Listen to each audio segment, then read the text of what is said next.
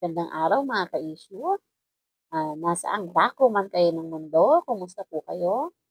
Ngayon po ay pag-uusapan natin ang magandang balita tungkol po sa ating pinakamamahal na si Tatay Digong sa The Hague, Netherlands.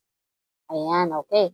Narito po, may post po ang FPRRD supporters. Basahin natin.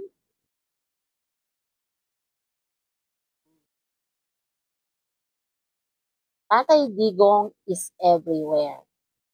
Okay, sabi ay, Tatay Digong is everywhere. Kahit saan daw po sa Netherlands, nandoon si Tatay Digong.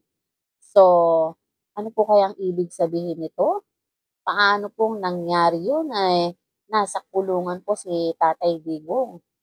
Ibig bang sabihin nun ay nakalabas na siya? Nakalaya na siya? Mag-subscribe na sa aming YouTube channel dahil dapat updated ka. Isyushera! Nakalaya na nga ba si Tatay Digong? Nako, hindi po mga ka-issue. Nandun pa rin po siya sa loob ng detention facility. Pero dahil po sa pagmamahal sa kanya ng mga kapwa natin Pilipino doon, he is everywhere. Bakit nga kaya? Heto po, tingnan natin ang post na ito. The Hague, Netherlands. You'll spot him in the parks, at the train stations, in the forests, trails, by the beach, even around the ICC. FPRRD is everywhere here in the Hague. But more than anything, he lives in the hearts of Filipino across the globe. Those who know the truth about the kind of leader he was and still is. Maybe it's something beyond what we can fully grasp or explain. But perhaps God really does have his own way of showing the world what kind of man Rodrigo Roa Duterte is.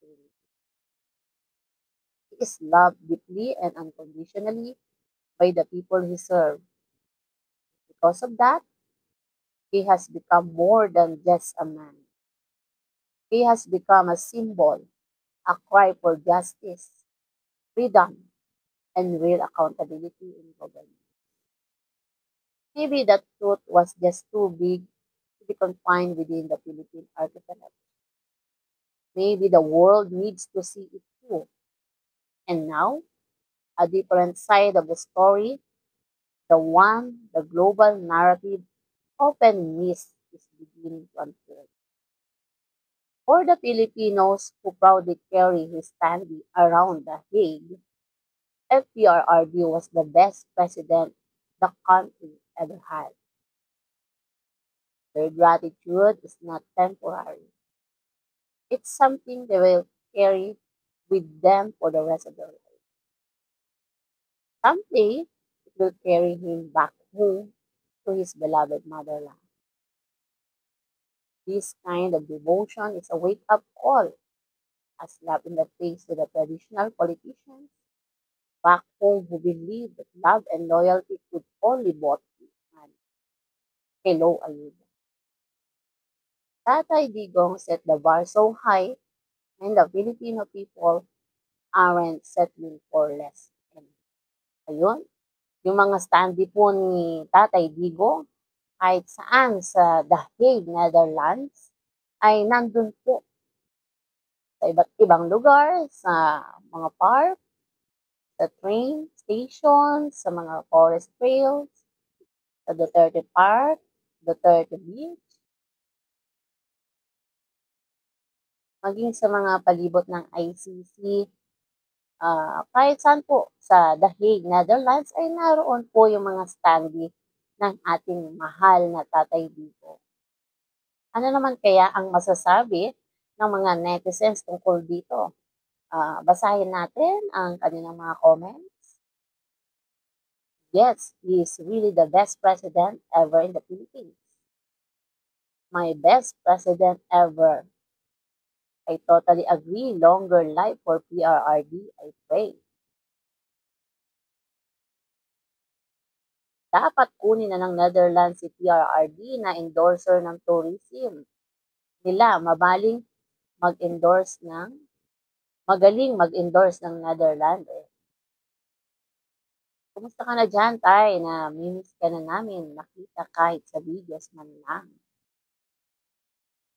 Best President Rodrigo R. Duterte. Namamasyal na si Tatay Digong. Good health po. We love you, Tay Digong. God bless you all. Yan, marami talagang nagmamahal sa ating Tatay Digong. Lalo na yung mga Pilipinong OFWs na hindi napapagod na puntahan si FPRRD araw-araw sa The Hague at magpakita ng pagmamahal at pagsuporta sa kanya. Ito po yung latest video sa The Hague mula sa isang Pilipino po na OFW sa labas mismo ng ICC facility. Panoorin po na.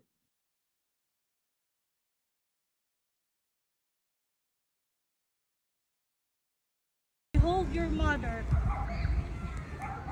And my God, why have you forsaken me? Ginawa niya ang lahat para sa ating bayan.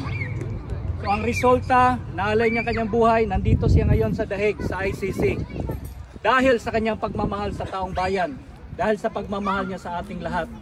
At yung mga nag-testimony ngayon dito, personal experience. Ayan, ano po ang inyong masasabi? Sa mga napapanood natin sa mga vloggers, lalo na doon sa mga nagpupunta mismo doon sa The Hague na doon.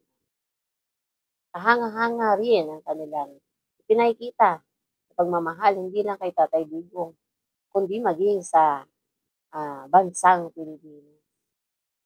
Maaari niyo po i-comment sa ating comment section. Yan lamang po at maraming salamat sa inyong pakikinig. Hanggang sa susunod pong talakayan. God bless and have a good day everyone. Ano ang inyong reaksyon patungkol dito?